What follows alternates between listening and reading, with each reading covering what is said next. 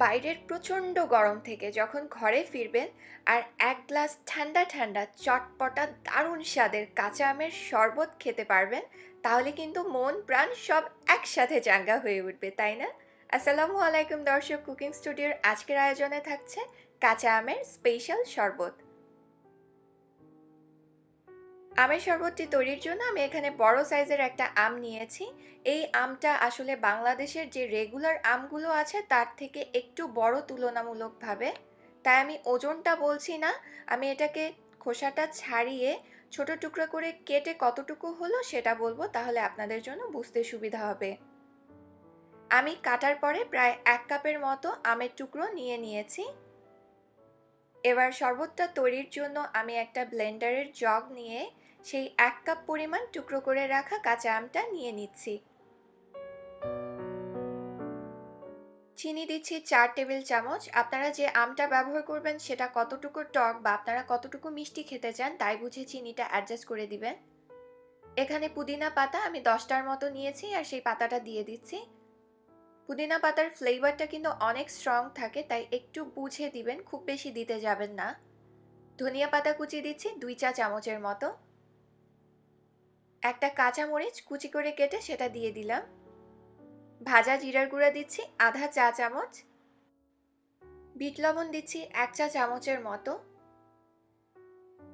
এক টুকরো লেবু নিয়ে সেই রসটা দিয়ে দিচ্ছি এবং প্রায় 1 চা চামচের মতো হবে লেবুর রস। এবার একটুখানি নর্মাল লবণ দিয়ে আমি অ্যাডজাস্ট করে নিচ্ছি। আপনারা চাইলে এই লবণটা না দিয়ে বিট লবণটা আরেকটু বাড়িয়ে দিয়েও কিন্তু অ্যাডজাস্ট করে নিতে পারেন স্বাদটা। আমি প্রায় 1 গ্লাসের মতো পানি দিচ্ছি।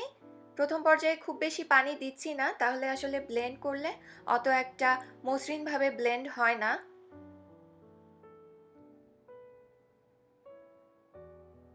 প্রথম পর্যায়ে ব্লেন্ড করা হয়ে গেছে, আমি একটু তুলে দেখাচ্ছি।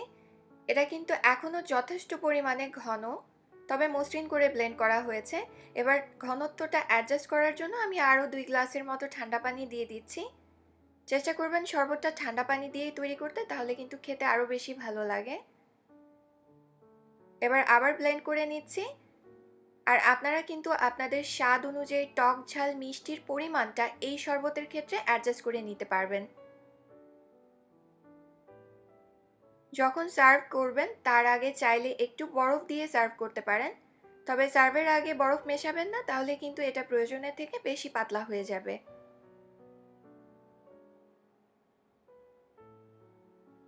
চাইলে শরবতটাকে একটু সাজিয়ে দিতে পারেন, আমি লেবুর টুকরো আর সেই সাথে পুদিনা পাতা দিয়ে সাজিয়ে দিচ্ছি।